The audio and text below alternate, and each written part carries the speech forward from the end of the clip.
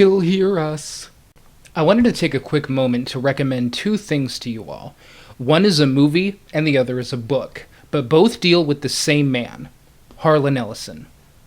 For those of you who don't know, Harlan Ellison is a groundbreaking science fiction writer, although I believe he doesn't appreciate being called that, who has a reputation for being somewhat cantankerous, even downright hurtful at times. But there is far more to this man than just that. If you've only seen one or two clips of him on the internet, it would almost be easy to write him off as just a hot-tempered grump. But this movie tells a much more complicated story. Dreams with Sharp Teeth chronicles Ellison's writing career as well as his life. In the film, Ellison and his friends discuss what makes him tick and the reasons behind why he is the way he is. As of this recording, you can watch the documentary for free if you have Netflix, and I highly recommend doing so. I'm not usually a fan of documentaries, but this one was particularly good. The book I want to recommend is Harlan Ellison's Watching, because in addition to being a writer, Ellison is also a film critic. But if you think he's another Siskel and Ebert, nothing could be further from the truth. The back of this book is actually a warning label for any readers expecting movie reviews like any other reviews. And it reads as follows. If you don't like being argued with, if you don't like a total stranger telling you that your opinion is stupid and you're full of crap, don't buy this book. Damn. But the book is a fascinating read for many reasons. In the chapter Harlan Ellison's Handy Guide to 2001: A Space Odyssey, he basically confirms all of my suspicions regarding 2001 by referencing statements made by people who actually worked on the film and said that there was no script. But this isn't about I told you so's. Despite what some angered viewers think of my reviews, believing that 2001 was nothing more than a big special effects show with no substance is not a particularly new opinion. And even though Harlan confirms that 2001 had no story, he still liked the film. It's the films he didn't like that are the most interesting to read about.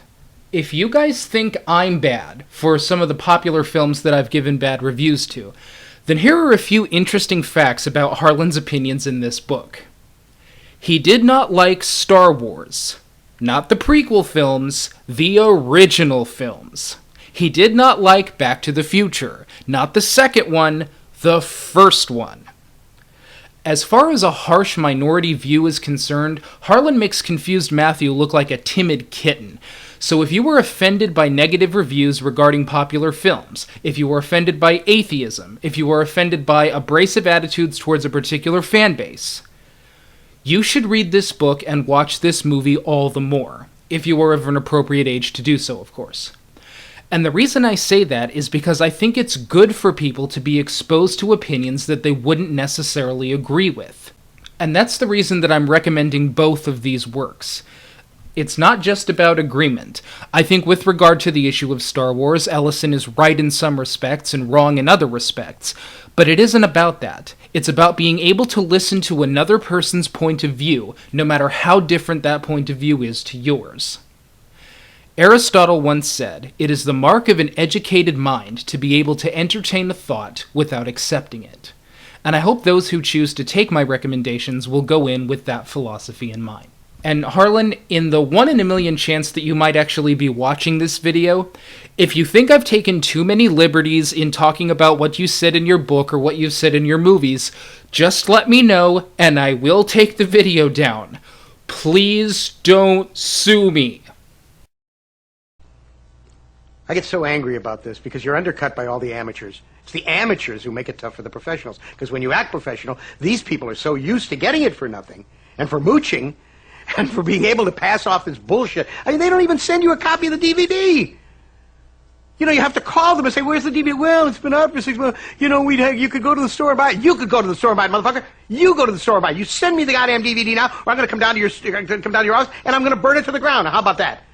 "Well, you don't have to get mean about it." Yeah, I do have to get mean about it. 6 months since the damn thing came out.